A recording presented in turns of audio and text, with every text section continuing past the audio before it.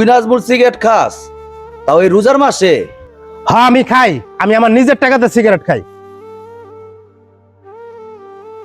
কথাবার্তা সাবধানে কইস, আমি কিন্তু তোর বড় ভাই। তুই আমার বড় ভাই, তাই কি হয়েছে? আমি কি তোর মাথায় নিয়ে নাচুম?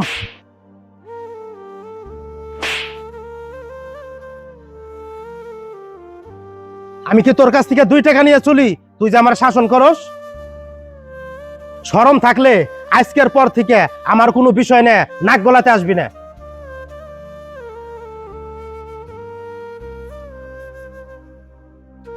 আপনার আপন ছোট ভাই, তাই না? আপনি সংসারের বড় ছেলে, তাই না?